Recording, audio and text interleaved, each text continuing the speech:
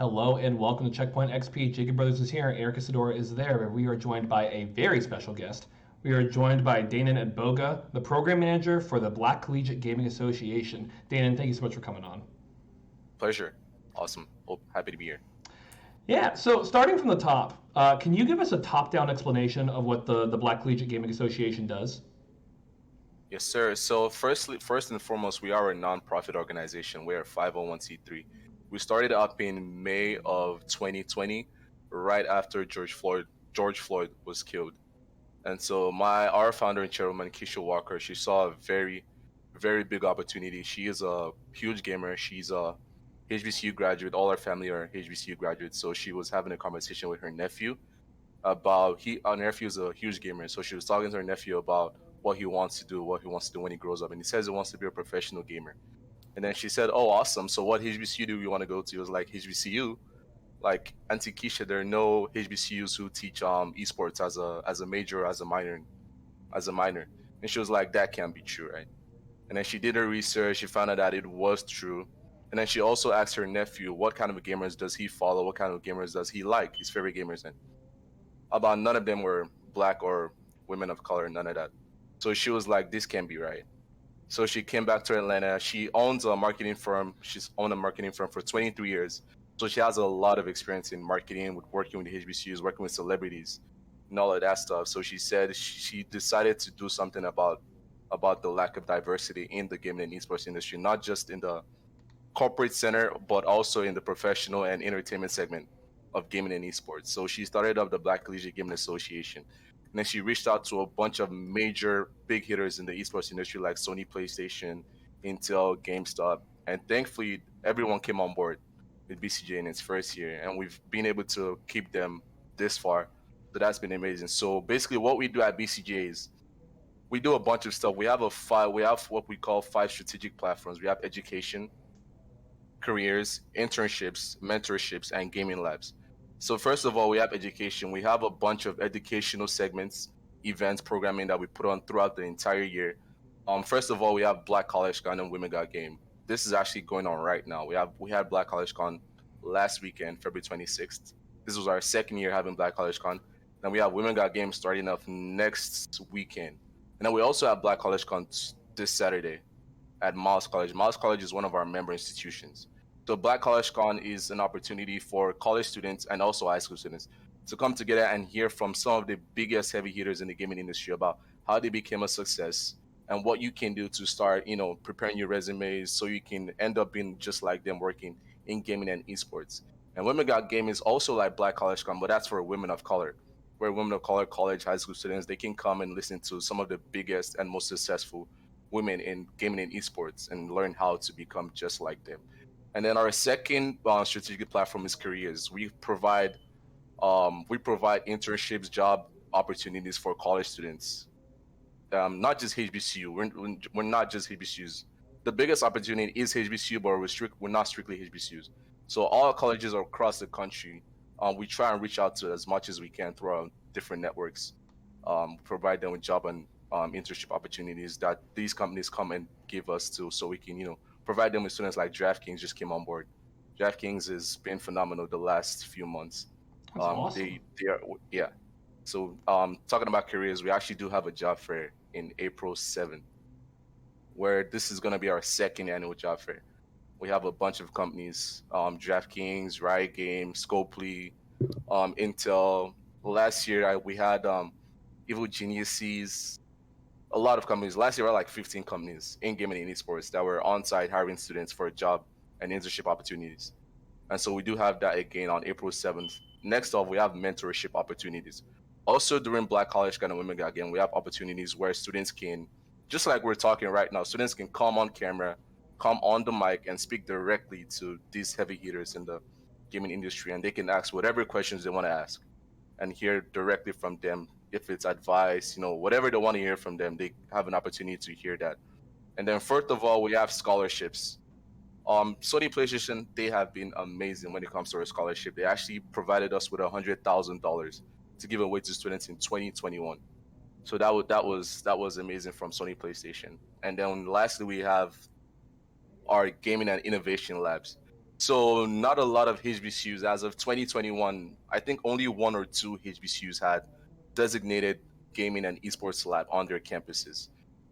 And then that's changed. As of 2022, we're looking at having 15 fully dedicated esports lab in HBCUs, in partnership with the BCGA and with help from our corporate partners at Sony PlayStation, HyperX, GameStop, and now Intel. Intel has just come on board and is planning to provide each of our HBCUs with 4 PCs, gaming PCs. So that's been amazing. So at the end of 2022, we're looking at having 15 HBCUs in America with fully dedicated gaming and esports labs. So that's basically what we do as BCG as a whole, that the whole overview of the organization. Thank you. It sounds like you guys are setting a really great industry standard, not only culturally, but you're showing a lot of representation as well. I wanted to talk about the key differences between the Women of Color tournament and the Women Got Game tour. What would you say are the main differences between these two?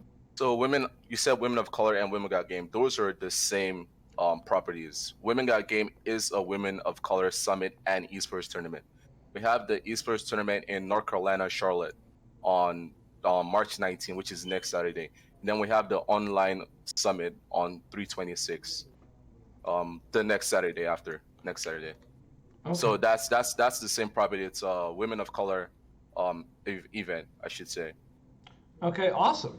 What would you say? So I know the Woman of Color is about to be coming up. So could you give us a little bit of more detail, on, like what specifically, like maybe some key people who are going to be there, and also like a follow up to that, what you're personally most excited to see at that event? I'm very excited to see Natalie White, who is the vice president of the LA Sparks.